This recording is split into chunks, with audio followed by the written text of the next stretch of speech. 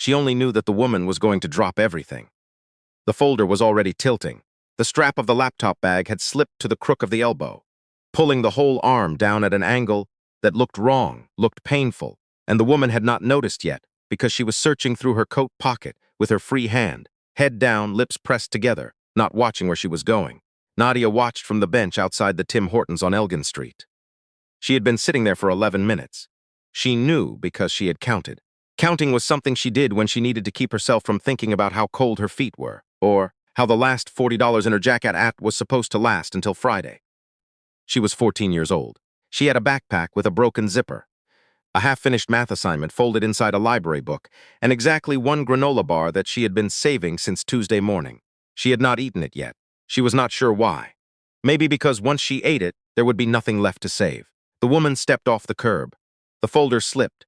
Nadia was already moving before she had decided to move. She caught the folder with both hands, caught it low, just above the wet pavement, the papers inside rustling against each other from the near fall. The laptop bag swung hard and the woman stumbled, but she did not fall. Nadia steadied it. She straightened up and held the folder out. "You almost lost this," she said. The woman looked at her. She was somewhere in her 60s, Nadia guessed, with silver hair cut, short, and a charcoal coat that looked expensive, the way things look expensive when they do not try to.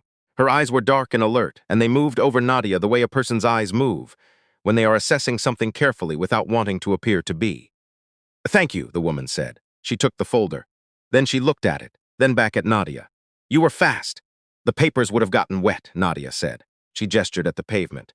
The slush on Elgin Street in late November had a way of ruining things instantly. The woman glanced down at the folder. Something crossed her face, not quite a smile, something quieter than that. "Would you like a coffee?" she asked. Nadia looked at the Tim Hortons behind them. "I'm fine," she said. "I'm going in anyway. I've been walking for 40 minutes and I could use a moment to stop." The woman shifted the laptop bag on her shoulder. "I'd appreciate the company if you're not in a hurry." Nadia was not in a hurry. She had nowhere to be until the library closed at 9 and it was not yet 6. But she did not say that. "Okay," she said instead. "Sure." Inside it was warm in the way that only small Canadian coffee shops are warm. The kind of warmth that has flour and old wood in it, that settles on your shoulders like a hand. Nadia chose a table near the window.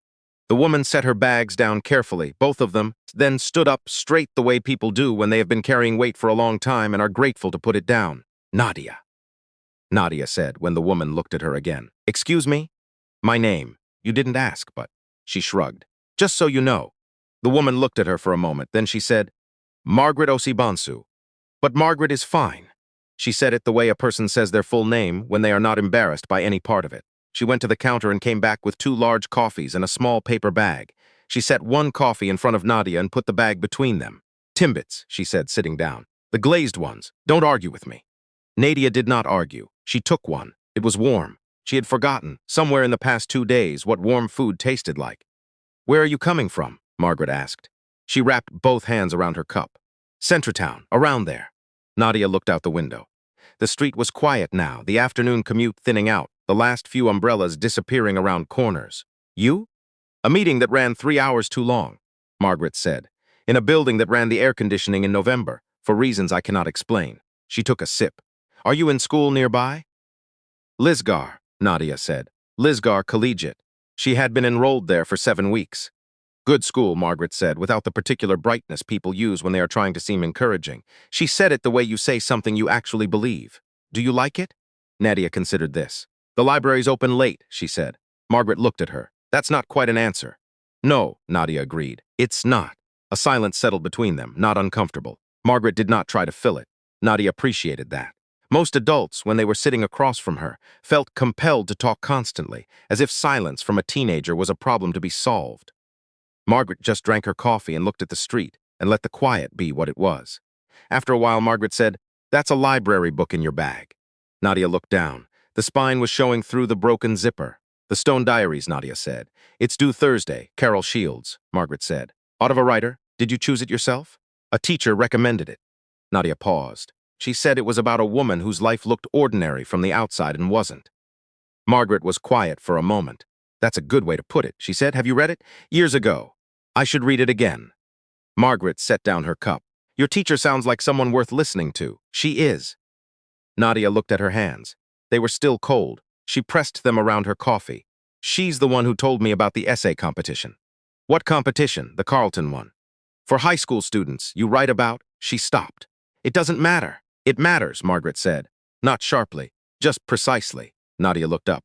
What do you write about? Margaret asked. A person or place that shaped who you are. Nadia turned the coffee cup in her hands. I've been trying to write it for 3 weeks. I keep starting and then deleting it. What do you start with? My grandmother, Nadia said. Back in Edmonton. She died in April. She said it the way you say things that are true and painful and that you have said enough times now that they come out more or less level. She used to say that you should help people before they have to ask, that once someone has to ask, something has already been lost. Margaret was still.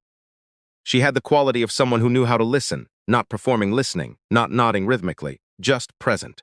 Is that why you picked up the folder? She asked. Nadia thought about it honestly.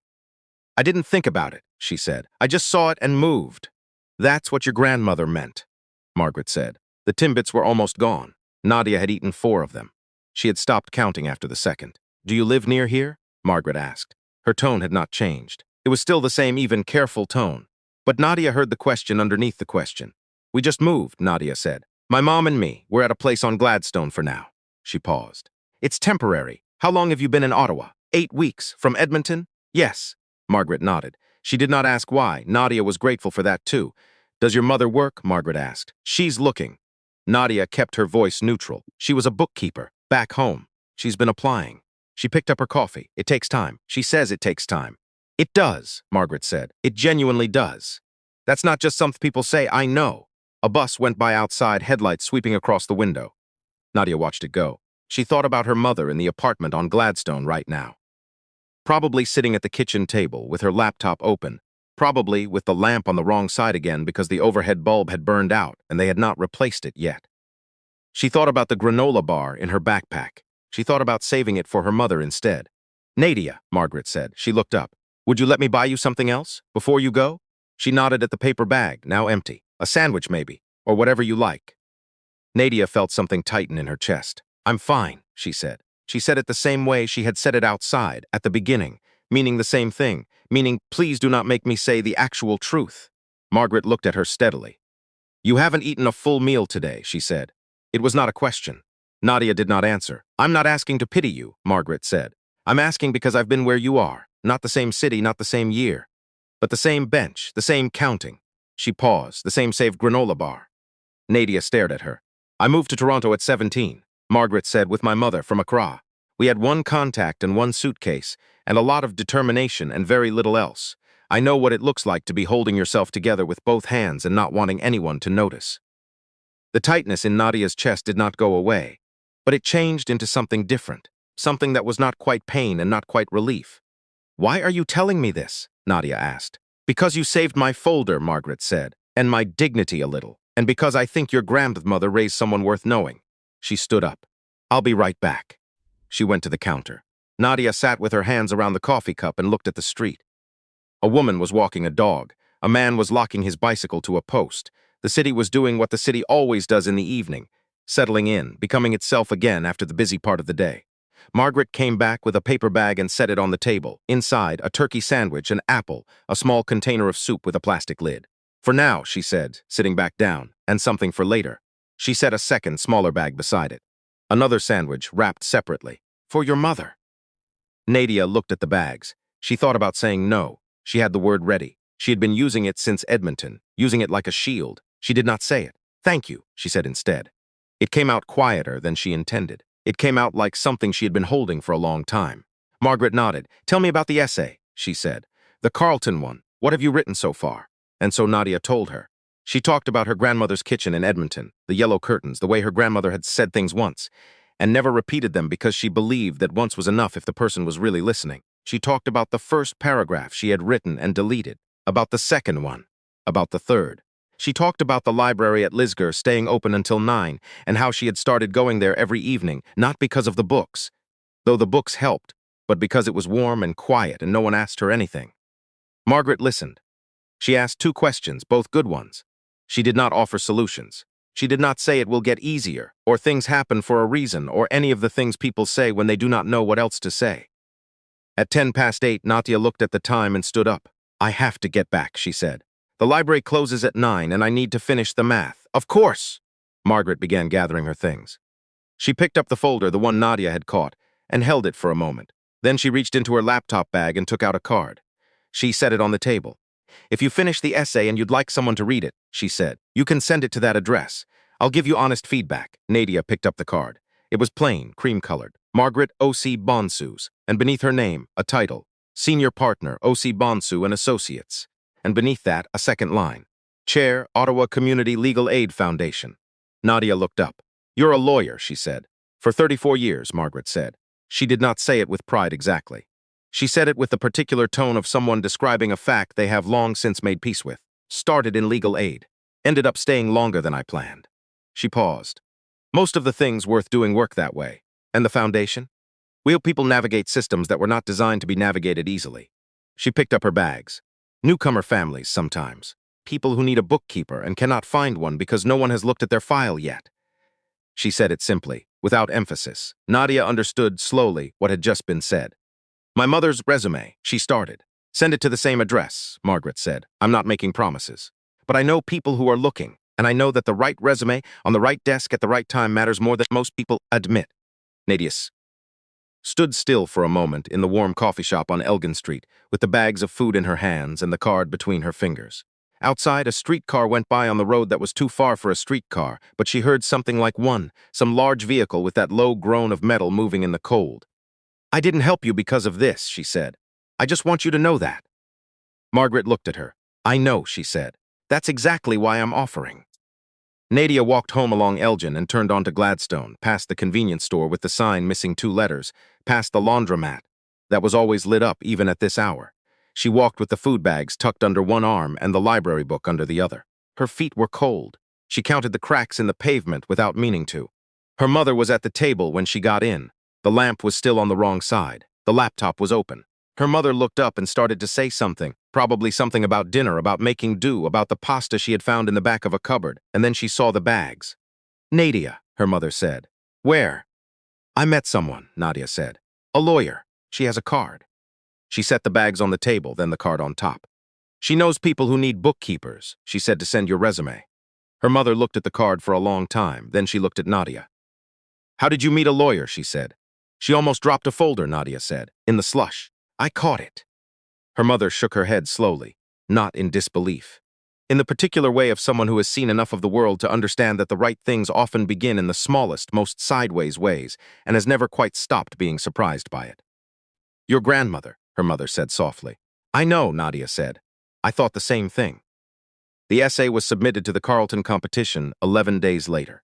It was about her grandmother, the yellow curtains, the things said once, the belief that help given before the asking is the only kind that costs nothing and returns everything.